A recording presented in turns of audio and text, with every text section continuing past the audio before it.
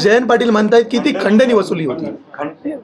असं आहे की ज्यांच्या सरकारलाच खंडणी सरकार म्हटलं गेलं त्यांना प्रत्येक ठिकाणी खंडणीच दिसेल। पण मला एका गोष्टीचं समाधान आहे की जे खऱ्या अर्थानं इतिहासाचे अभ्यासक आहेत, मग ते शिवरत्न शेटेजी असतील, सदानंद मोरेजी असतील, या सगळ्यांनी अतिशय स्पष्ट भूमिका त्या ठिकाणी मांडलेली आहे। माझं एकच म्हणणं आहे, माझा राजा लुटारू नव्हता, माझ्या राजाला लुटारू म्हणणं मी खपवून घेणार नाही। माझं अगदी स्पष्ट मत आहे की महाराजांना लुटारू म्हणणं योग्य नाही।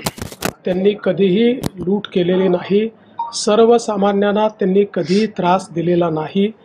त्यामुळे जर इतिहासामध्ये काही चुकीच्या गोष्टी आल्या असतील तर त्या सुधारल्या पाहिजेत, कारण शेवटी हे सगळं लिहिणारा इंग्रजांचा इतिहासकार आहे की ज्यांनी याचं वर्णन लिहिलेलं आहे। इंग्रजांच्या इतिहासकाराच्या नजरेतनं आपल्या महाराजांना पाहण्याच्या ऐवजी आपल्या सगळ्या इतिहासकारांनी सोबत यावं आणि जिथे कुठे महाराजांबद्दल